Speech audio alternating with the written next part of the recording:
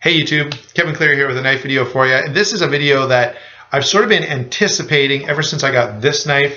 This is the Schrade Sch 307, and it is the first out of the 300 series of knives that I picked up. It goes together with the 308, which is the same knife only with a textured handle, and I've kind of gone back and forth with these on which one I picked up each time. So this one I got the non-textured handle, which was the 307. The next one I got was this one, and I got the textured handle, which is the 304. So the 303 doesn't have the textured handle, otherwise it's the same knife. After that, I picked up this guy, which is new for 2015, the SCH 306. It is non-textured. Now, if the sort of series were to continue and stay the way they've been doing it, there'd be a 305 that has a textured handle. However, that has not come out yet. Maybe it'll be out in 2015. Maybe they're just not going to bother this time because the textured variant weren't selling as well, whatever. And finally, the last one I picked up was actually the first one introduced, and it is the SCH 302. Now, 301 is the same as this 302, only it doesn't have a texture. So back and forth you go. One thing I would say about all of these is they're all available with serrated blades. So I'm going to see if I can get them all here showing on camera for you. So there they all are. This represents every model of the SCH 300 line. And I really like all of these knives. I use them, especially when I'm doing projects. Right now, I've been working on a small construction project for the church where I work, which is Me for Church of Christ. Because I know I'm doing that kind of work, I've been bringing one of these knives with me often, and that kind of prompted this video. So what do they all share in common, other than they all are 3-something designation? Well, they're all solid steel knives. They're all single position pocket clip. You can see through my fingers here, the pocket clip is all right side tip down carry. They're all, I have to change my grip so you can see this, they're all frame locks.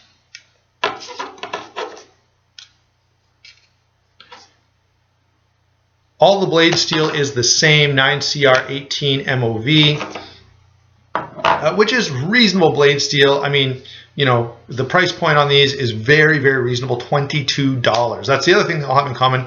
They're all like 22 bucks and change in the US. They're more if you're here in Canada like I am, but you definitely want to order these from a US website. For some reason, it's like the price when you cross the border just doubles. So these things are like 45 bucks in Canada, which is insane. I bought each one of these either from eBay or Amazon from a US source for around that $20, $25 price point. So I've had to do various things to get them up here, pay the shipping, or have them sent to a friend in the US and have them shipped up after that. Well, anyway, various options that I've used to get them up here. You don't want to buy these from a Canadian place because the price is completely out to lunch. So that's not always the case. Always check Amazon.ca. Always check your Canadian sources first. Warriors and Wonders is a good one. There's a few others. But sometimes on certain knives, I'm not sure what makes it so different. The price will just be completely out of this world. It's odd, and it doesn't even necessarily have to do with the name brand. Sometimes Warriors and Wonders have a great price on a Spyderco or a Cold Steel, and then the next Cold Steel you look at or the next Spyderco you look at is like 3 times the price of the same knife in the US. I have no idea. Anyway, yeah, so these things, I'm going to go with a $25 price point and assume that you'll do a little research and find it for 25 bucks, okay? They're all frame locks. They're all this thick, heavy stock blade steel. Like, look at this piece of steel. You have more than 3/16 of an inch here. Let me get the... Yeah, you got a full 3/16 of an inch. That's crazy. That's a big hunk of metal. And all of these share that in common. The dimensions on the handle scales or on the frame, and the blade is all that really heavy blade stock. Just these great big knives, which is cool, right? Not entirely practical, especially if you want to carry something every day, but just cool. let's go through the differences though. Now that we know they're all stainless steel frame locks, they all use the same blade steel, they all have the same pocket clip position, let's go talk about some of the things that are different. They don't all have lanyard holes, which I find odd. Lanyard hole there in the 306 and 307, or sorry, 306 and 303. No lanyard on the 301 and 307. So that's one of the differences. The other difference is lock bar stabilizer. Here we got lock bar stabilizer on these two, which is amazing to see in a $25 knife. No lock bar stabilizer on either one of these. Okay, now there is a difference in that on these two blades, the pocket clip pushes on the lock bar. So I think they're just assuming that that will essentially serve as a lock bar stabilizer as well. If they're not, let's, it's just a happy accident, but let's give them the benefit of the doubt and say that's what was happening.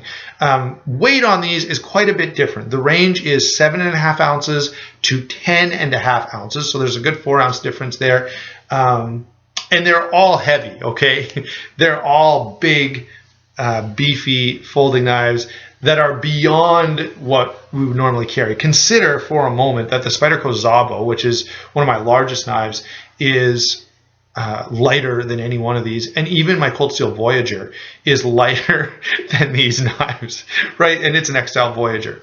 So let's start with the lightest and work our way up. The 707, 708 series is the lightest, and by the way, the smallest overall dimension. This one, by the way, the detent is a disaster. I have to kind of figure something out every time. Actually, there we go. There's one-handed opening. I actually lubricated this detent. I thought about taking it apart and sanding it down a little bit to make it a little easier to get in and out of, to deploy the knife. You can see I have to really struggle. Anyway, this is the smallest and lightest, and this one weighs in at 7.5 ounces, and it's 8 inches overall. The blade length is 3.5 inches, or for all intents and purposes, 3.5 inches. So this guy's the smallest, probably the most practical for EDC, and this one has got a lot of use because, as you, I will sometimes pick this one up because I know it's a little smaller, a little lighter. All right, no lanyard hole on this one, just FYI. By the way, adjusting the pivot is with a slot. That's one of the other differences that I'll try to point out as we go along. You'll notice next, this is the next next up in size, weighs a little more, 7.9 ounces. Notice though this time the pivot screw is a hex, and I think it's an 8 on this side, or no, it's a 10 on this side and an 8 on this side. Why, I have no idea. There is a lanyard hole here, no lock bar stabilizer, but this guy is 8.5 inches, and I think I already pointed out just under 8 ounces. A little bit smoother deployment on this one. All of these would benefit from being taken apart and have everything around the pivot just kind of cleaned up, polished, and lubricated, and they'll function better for you all across the board. Here we have the 304, different blade shape, the only drop point blade, and this guy is 9.5 ounces. So we've made a big jump, right? Almost 2 ounces of difference there. And one of the reasons I've been told that that happened is that Schrade got feedback on this knife and the 301, and what the feedback was is they're too heavy for anything. And so in the subsequent releases, they made the knives lighter. All right, so this guy is 8.5 inches. This one is a little longer blade length. We've got 3 3/4 inch blade length. They're all right around 3.5 inches, but this one is the longest, and it's the only one that doesn't come with this textured pattern. Let's see that textured pattern? That's normally what you get if you get the pattern version. This one has these 3 lines, and that's what you get.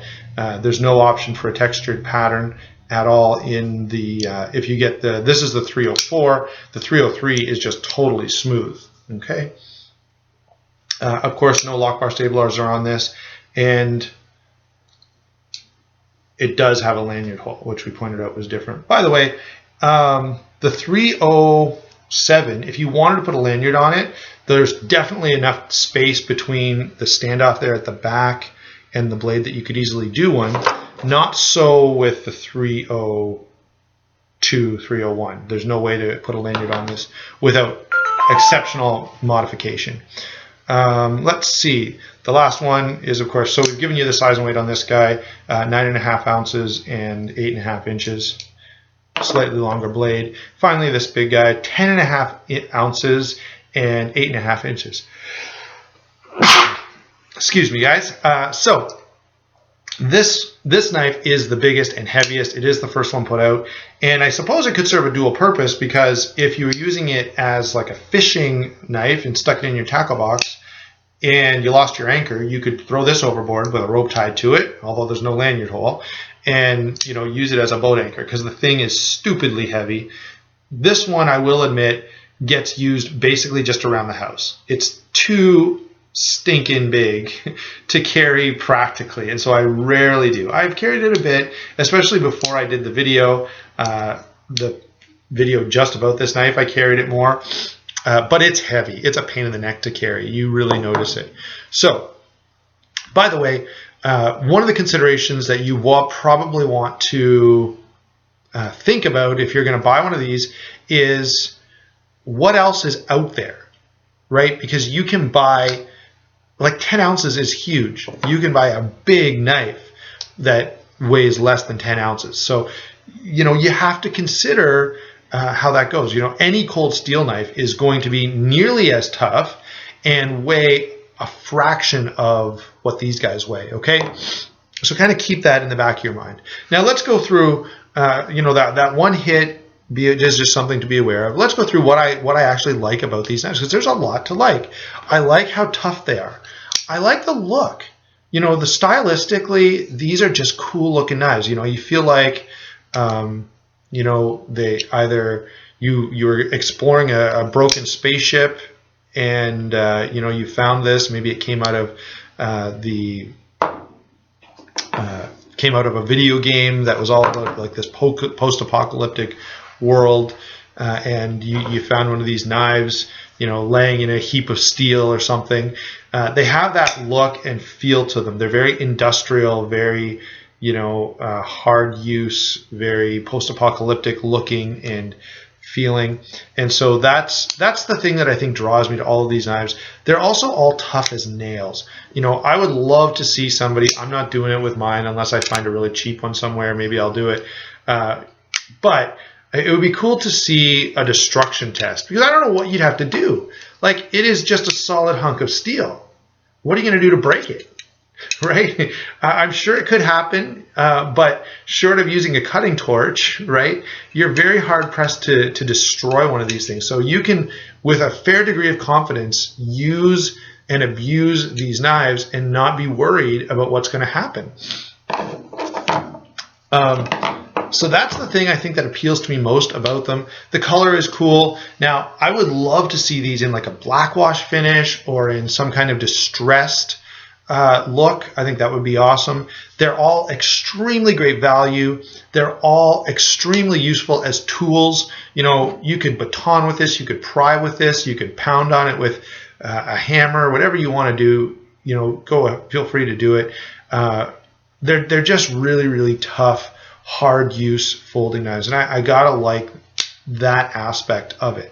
So if you need that and you need it at a reasonable price, you're not going to beat these blades. As I said, if someone came to me and said, Kevin, I really need an everyday carry knife, it needs to be tough and practical, could you recommend something? I'm probably not going to recommend these. I may say consider that if you really like it, but think of the knives that way less and are almost as tough. The Rat 1, the American Lawman, the Spyderco Tenacious, the on and on. You could even other knives by Schrade, the SCH 104 would be another great example. The SE Zancudo or the SE Avispa, again, another great option. So there's lots of knives that would compete with these. I know most of the ones I mentioned are more expensive. I would say here's the last thing to sort of wrap this up. For the price point, if you need a really tough blade, I don't think you're going to beat these. Like 25 bucks, right? And they all come in at that same price point. They're all about $25. Tough as nails, decent blade steel. I mean, it's not the best. And you have a number of options. Now, I will say size and weight kind of takes the first two out of the category of EDC, but either one of these would be good EDC knives for a very low price and very tough. Are there lighter knives you could get? Absolutely. Are you going to get a tougher knife for $22? I don't think so. There you go. Hope you enjoyed the video. I really enjoyed making it. I could talk more about these knives, but I'd be saying the same thing over and over again. They are really cool. The look is awesome. Here's one last look, and then we'll call it quits. So there's the 302. There's the 304. There's the 306. And there's the 307. That's all for now. Talk to you later.